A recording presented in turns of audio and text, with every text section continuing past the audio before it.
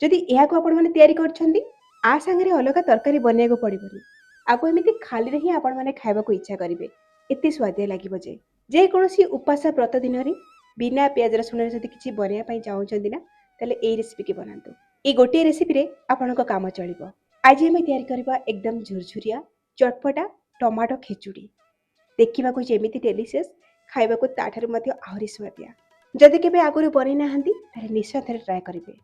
Tomato ଖେଚୁଡ଼ି ବନେଇବା ପାଇଁ ଏଠି ମୁଁ ଗୋଟେ ଗ୍ଲାସରେ ମାପିକି ବାସୁମତୀ ଚାଉଳ ନେଇଛି ଗୋଟେ ଗ୍ଲାସ, ଯାହାକି ଗ୍ରାମ୍ସରେ 300 ଗ୍ରାମର ଅଛି।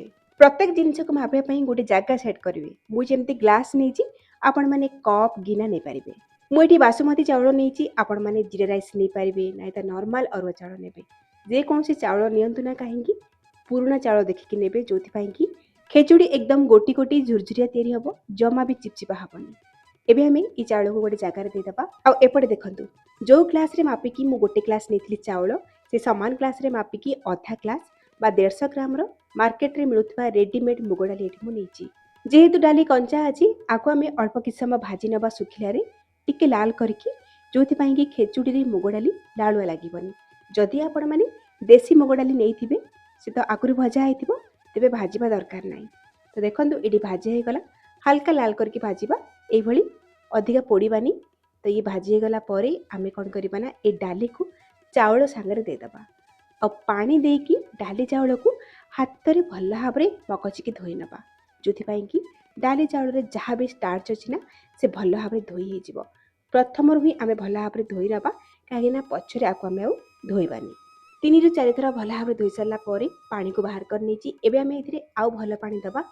ଆଉ ଏମିତି ହିଁ ପାଣିରେ ଡାଲି ଚାଉଳକୁ ଆମେ 25ରୁ 30 ମିନିଟ୍ ପାଇଁ ବା ଅଧା ଘଣ୍ଟା ପାଇଁ ଛାଡ଼ିଦେବା ବତୁରିବା ପାଇଁ, ଯୋଉଥିପାଇଁ କି ନା ଖେଚୁଡ଼ି ବହୁତ ବଢ଼ିଆ ବନିବ, ଏକଦମ ଗୋଟି ଗୋଟି ଚାଉଳ ଡାଲି ରହିବ। ଡାଲି ଚାଉଳ ବତୁରିଲା ଭିତରେ ଏପଟେ ଆମେ ଅଲଗା ପ୍ରିପାରେସନ୍ କରିବା। ଯେହେତୁ ଟମାଟୋ ଖେଚୁଡ଼ି ବନାଉଛି, ଟମାଟୋର ପରିମାଣ ଅଧିକା ରହିବ। ଏଇଠି ମୁଁ ଛୋଟ ବଡ଼ କରିକି ପାଖାପାଖି 400 ଗ୍ରାମର ପାଚିଲା ଟମାଟୋ ନେଇଛି। ଆପଣମାନେ କେତେ ଡାଲି ଚାଉଳ ନେଇଥିବେ ସେହି ହିସାବରେ ଟମାଟୋର ପରିମାଣ କମ୍ ଅଧିକା କରିବେ। ଟମାଟୋ ଲାଲ ଲାଲ ନେବେ, ପାଚିଲା ନେବେ, ଯୋଉଥିପାଇଁ କି କଲର୍ ବଢ଼ିଆ ଆସିବ ଖେଚୁଡ଼ିର। ଆଉ ଅଧିକା ଟମାଟୋ ନେଲେ କ'ଣ ହେବ ନା ଖେଚୁଡ଼ିରେ ଟିକେ ଖଟା ଖଟା ଟେଷ୍ଟ ଆସିବ, ବଢ଼ିଆ ଲାଗିବ ଖାଇବା ପାଇଁ। ଦର୍ଶକ ବନ୍ଧୁ, এই ରେସିପି ଯଦି ଆପଣଙ୍କୁ ପସନ୍ଦ ଆସୁଛି ଭିଡ଼ିଓକୁ ଲାଇକ୍ କରିବେ, ସେୟାର କରିବେ, ଚ୍ୟାନେଲରେ ନୂଆ ଥିଲେ ସବସ୍କ୍ରାଇବ୍ କରିନେବେ, ଫେସବୁକ୍ ପେଜ୍ରେ ଦେଖୁଥିଲେ ଫଲୋ ତ ନିଶ୍ଚୟ କରିବେ। ତ ଟମାଟୋକୁ ବଡ଼ ବଡ଼ ଖଣ୍ଡରେ କାଟିକି ଏଇଠି ମୁଁ ଗ୍ରାଇଣ୍ଡର ଜାରରେ ଦେଇଦେଇଛି। ଏବେ ଆମେ ଆକୁ ପାଣି ଦେବାନି, ଏମିତି ହିଁ ଚିକଣ କରିକି ବାଟିକି ନେଇ ଆସିବା। ଏଇଠି ଦେଖନ୍ତୁ ଟମାଟୋ ପେଷ୍ଟ ରେଡ଼ି ହେଇଗଲା, ଆକୁ ସାଇଡ଼ରେ ରଖିବା। ଏପଟେ ଗୋଟେ କଡ଼େଇ ମୁଁ ନେଇଛି, ସେଇଥିରେ 2ରୁ 3 ଚାମଚ ଦେବା ଗୁଆ ଘିଅ। ଖେଚୁଡ଼ିରେ ଘିଅର ବାସ୍ନାଟା ଭଲ ଆସିଥାଏ।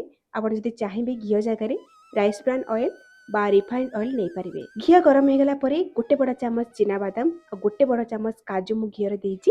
ଆଉ ଆକୁ ହାଲକା ଟିକେ ଲାଲ କରିକି ଭାଜି ନେବା। এই ଟମାଟୋ ଖେଚୁଡ଼ିରେ କାଜୁ ଆଉ ଅଳ୍ପ କିଛି ଚିନାବାଦାମ ପକେଇଲେ ଟେଷ୍ଟ ବଢ଼ିଥାଏ। ଆପଣ ଚାହିଁଲେ ଆକୁ ସ୍କିପ୍ କରିପାରିବେ। ଏଇଠି ଦେଖନ୍ତୁ ଏ ଭାଜି ହେଇଗଲା। ଏବେ ଆମେ କ'ଣ କରିବା ନା ଆକୁ ଗୋଟେ ଜାଗାକୁ ବାହାର କରିକି ସାଇଡ଼ରେ ରଖିନେବା। ତ ଆକୁ ଭାଜି ସାରିଲା ପରେ କଡ଼େଇରେ ଆମର ଯେଉଁ ବଳକା ଘିଅ ଅଛି ସେଇ ଘିଅରେ କିଛି ଗୋଟା ଗରମ ମସଲା ଦେବା। ତ ଏଇଠି ମୁଁ ଗରମ ମସଲାରେ ଗୋଟେ ଚାମଚ ଜିରା, 2ଟା ଶୁଖିଲା ଲଙ୍କା, ଅଧା ଚାମଚ ଗୋଲମରିଚ, ଗୋଟିଏ ଷ୍ଟାର ଫୁଲ, 2ଟି ନେଇଛି ଅଳେଇଚ, 2ଟି ଗୁଜୁରାତି, ଖଣ୍ଡେ ଡାଲଚିନି ଆଉ 2ଟି ଏଥିରେ ତେଜପତ୍ର ମଧ୍ୟ ଦେବି। ଏସବୁକୁ ଆମେ ଲୋ ମିଡ଼ିୟମ୍ ଫ୍ଲେମ୍ରେ କିଛି ସମୟ ଭାଜି ନେବା। ଜିରା ଫୁଟିଗଲେ, ଏଥିରୁ ଭଲ ବାସ୍ନା ଆସିଗଲେ ଏଇଥିରେ ଆମେ 2-3 ପିଞ୍ଚ ପକାଇବା ହେଙ୍ଗୁ। ହେଙ୍ଗୁ ପକାଇଲେ ଫ୍ଲେଭର ବହୁତ ବଢ଼ିଆ ଆସିଥାଏ। ଗୋଟା ଗରମ ମସଲା ଭାଜି ହେଇଗଲା ପରେ ହେଙ୍ଗୁ ପକାଇବେ, ନହେଲେ ଇଏ ପୋଡ଼ି ଯାଇଥାଏ। ତ ହେଙ୍ଗୁକୁ କିଛି ସେକେଣ୍ଡ ଗୋଳି ସାରିଲା ପରେ ଏଇଥିରେ ଆମେ 1.5 ବଡ଼ ଚାମଚ ଅଦା ଛେଚା ପକାଇବା। ଆଉ ଅଦାକୁ ମଧ୍ୟ ଆଉ କିଛି ସେକେଣ୍ଡ ଲୋ ମିଡ଼ିୟମ୍ ଫ୍ଲେମ୍ରେ ଭାଜି ନେବା, ଅଦାର କଞ୍ଚା ବାସ୍ନାଟା ଯିବା ପର୍ଯ୍ୟନ୍ତ। ଅଦା ଭାଜି ହେଇଗଲା ପରେ ଏଥିରେ କିଛି କଟା ଆଳୁ ପକାଇବା। ଏଠି ମୁଁ ଗୋଟେ ମିଡ଼ିୟମ୍ ସାଇଜ୍ର ଆଳୁକୁ ଚୋପା ବାହାର କରିକି ଛୋଟ ଛୋଟ କରି କାଟିକି ଦେଇଛି। ଏଠି ମୁଁ କେବଳ ଆଳୁ ନେଇଛି, ଆପଣମାନେ ଚାହିଁଲେ ଫୁଲକୋବି, ବିନ୍ସ, ଗାଜର, ବିଟ୍ ଏସବୁ ନେଇପାରିବେ ବା ବିନା ପରିବାରେ ମଧ୍ୟ ଏ ରେସିପିକୁ ବନେଇ ପାରିବେ। ଆଳୁକୁ ଆମେ 2 ମିନିଟ୍ ପାଇଁ ଲୋ ମିଡ଼ିୟମ୍ ଫ୍ଲେମ୍ରେ ଭାଜି ନେବା। ଆଳୁ ଟିକେ ଭାଜି ହେଇଗଲା ପରେ ଆମେ ପୂର୍ବରୁ ବାଟି ରଖିଥିବା ଟମାଟୋ ବଟାକୁ ଏଠି ଆଡ଼୍ କରିବା। ଏବେ ଆମେ ଏଥିରେ ଅଧା ଛୋଟ ଚାମଚ ହଳଦୀ ଗୁଣ୍ଡ ଦେବା। ଅଧିକ ହଳଦୀ ଗୁଣ୍ଡ ଦେବା ଦରକାର ନାହିଁ, ଟମାଟୋର କଲର୍ ବି ଆସିବା ଦରକାର। ଆଉ ସ୍ୱାଦ ଅନୁଯାୟୀ ଲୁଣ ପକାଇବା। ଖେଚୁଡ଼ି ପାଇଁ ଆମକୁ ଯେତିକି ଲୁଣ ଦରକାର ନା ଏଇ ଷ୍ଟେଜ୍ରେ ପକାଇବା। ଆଉ ଭଲ ଭାବରେ ଗୋଳେଇକି ଲୋ ମିଡ଼ିୟମ୍ ଫ୍ଲେମ୍ରେ ଆମେ ଟମାଟୋ ବଟାକୁ 5ରୁ 6 ମିନିଟ୍ ପାଇଁ ଘୋଡ଼େଇ ଘୋଡ଼େଇ କଷି ନେବା, ଯେ ପର୍ଯ୍ୟନ୍ତ କି ଟମାଟୋରୁ ପାଣିଟା ପୁରା ଶୁଖି ନ ଯାଇଛି ବା ଟମାଟୋର କଞ୍ଚା ବାସ୍ନାଟା ନ ଯାଇଛି। 5-6 ମିନିଟ୍ କଷି ହେଇଗଲା ପରେ ଏଇଠି ମୁଁ ଆପଣଙ୍କୁ ଦେଖାଉଛି। ଦେଖନ୍ତୁ ଟମାଟୋରେ ଯାହା ବି ପାଣି ଥିଲା ସେସବୁ ଶୁଖିଯାଇଛି ଆଉ ଟମାଟୋ ଏଠି ଭଲ ଭାବରେ କଷି ହେଇଯାଇଛି। ଏହି ସମୟରେ ଆମେ କ'ଣ କରିବା ନା ପୂର୍ବରୁ ଯେଉଁ ଚାଉଳକୁ ବତୁରେଇକି ରଖିଥିଲେ ସିଏ ବି ଏଇଠି 20-25 ମିନିଟ୍ ହେଇଗଲାଣି। ଏବେ ଆମେ ଡାଲି ଚାଉଳରୁ ପାଣିକୁ ପୁରା ବାହାର କରିନେବା। ଏଇଭଳି ଗୋଟେ ଜାଲିକୁ ଡାଲି ଚାଉଳକୁ ଛାଣି ନେବା ଯେଉଁଥିପାଇଁ କି ଏକ୍ସେସ୍ ପାଣିଟା ବାହାରିଯିବ। ଏବେ ଆମେ ବତୁରା ଡାଲି ଚାଉଳକୁ ଏଥିରେ ଦେଇଦେବା ଆଉ ହାଲକା ହାତରେ 1 ମିନିଟ୍ ପାଇଁ ଗୋଳେଇ ନେବା ଆଉ ଭାଜି ନେବା। ଆକୁ ଜୋର ଜୋରସେ ଗୋଳେଇବେନି ଯେହେତୁ ଚାଉଳ ଡାଲି ଆମର ବତୁରିକି ଅଛି, ଭାଙ୍ଗି ଯାଇପାରେ। ତ ଇଏ ଟିକେ ଭାଜି ହେଇଗଲା ପରେ ଏଇଥିରେ ଏବେ ଦେବା ଆମେ ପାଣି। ତ ପାଣି କେତେ ଦେବା? ଆମେ ଚାଉଳ ନେଇଥିଲେ 1 ଗ୍ଲାସ୍, ଡାଲି ନେଇଥିଲେ ଅଧା ଗ୍ଲାସ୍। ତ ଟୋଟାଲ ହେଲା 1.5 ଗ୍ଲାସ୍। 1.5 ଗ୍ଲାସ୍ ଡାଲି ଚାଉଳ ପାଇଁ ଆମେ 3 ଗ୍ଲାସ୍ ଦେବା ପାଣି। ଯେତିକି ଡାଲି ଚାଉଳ ତାର ଡବଲ ପାଣି ଆମେ ଏଇଠି ଦେବା। ପାଣିର ଭାଗ ମାପଟାକୁ ଧ୍ୟାନ ରଖିବେ ଯେଉଁଥିପାଇଁ କି ଖେଚୁଡ଼ିଟା ଏକଦମ ପରଫେକ୍ଟ ତିଆରି ହେବ। ଯଦି ଆପଣମାନେ ଏଇ ରେସିପିକୁ ପ୍ରେସର କୁକରରେ ବନାଉଛନ୍ତି ତାହେଲେ ପାଣି ଟିକେ କମ୍ କରିକି ଦେବେ। ମାନେ ଯେତିକି ଡାଲି ଚାଉଳ ତାର 1.5 ଗୁଣା ଆପଣ ପାଣି ଦେବେ। ଯଦି ପ୍ରେସର କୁକରରେ ବନାଉଥିବେ ଆଉ 2 ଗୁଣା ପାଣି ଦେଇଦେବେ ତାହେଲେ ଆପଣଙ୍କର ଚାଉଳଟା ବହୁତ ସିଝିଯିବ ଆଉ ଖେଚୁଡ଼ି ଏକଦମ ମେଞ୍ଚା ମେଞ୍ଚା ହେଇଯିବ। ତ ଦେଖନ୍ତୁ ପାଣି ଦେଇକି ମୁଁ ଏଠି ଗୋଳେଇ ନେଇଛି। ଏବେ ଆମେ ହାଇ ଫ୍ଲେମ୍ କରିଦେବା। ହାଇ ଫ୍ଲେମ୍ରେ ଭଲ ଭାବରେ ଏସବୁକୁ ଫୁଟେଇ ନେବା। ଏଇଭଳି ଫୁଟି ଆସିଲେ ଗୋଟେ ଥର ଗୋଳେଇ ନେବା ଆଉ କଭର କରିକି ମିଡ଼ିୟମ୍ ଫ୍ଲେମ୍ରେ ଆମେ ଡାଲି ଚାଉଳକୁ 6-7 ମିନିଟ୍ ପାଇଁ ରାନ୍ଧିବା। 6-7 ମିନିଟ୍ରେ ନା ଆପଣଙ୍କର ଡାଲି ଚାଉଳ 50% ସିଝିଯିବ, ମାନେ ଅଧାରୁ ଅଧିକା ସିଝିଯିବ। ଆଉ ତାପରେ ଆମେ ନେକ୍ସଟ ପ୍ରୋସେସ୍କୁ ଯିବା। ମିଡ଼ିୟମ୍ ଫ୍ଲେମ୍ରେ 6-7 ମିନିଟ୍ ସିଝିଲା ପରେ ଏଇଠି ମୁଁ କଭର କାଢ଼ି ନେଇଛି। ଦେଖିପାରୁଥିବେ ଆମର ଚାଉଳ ଡାଲି ଫୁଲି ଆସିଛି ଆଉ ପାଣି ବି ପୁରା କମ୍ ହେଇ ଆସିଲାଣି, ଅଳ୍ପ ଟିକେ ଟିକେ ପାଣି ଅଛି।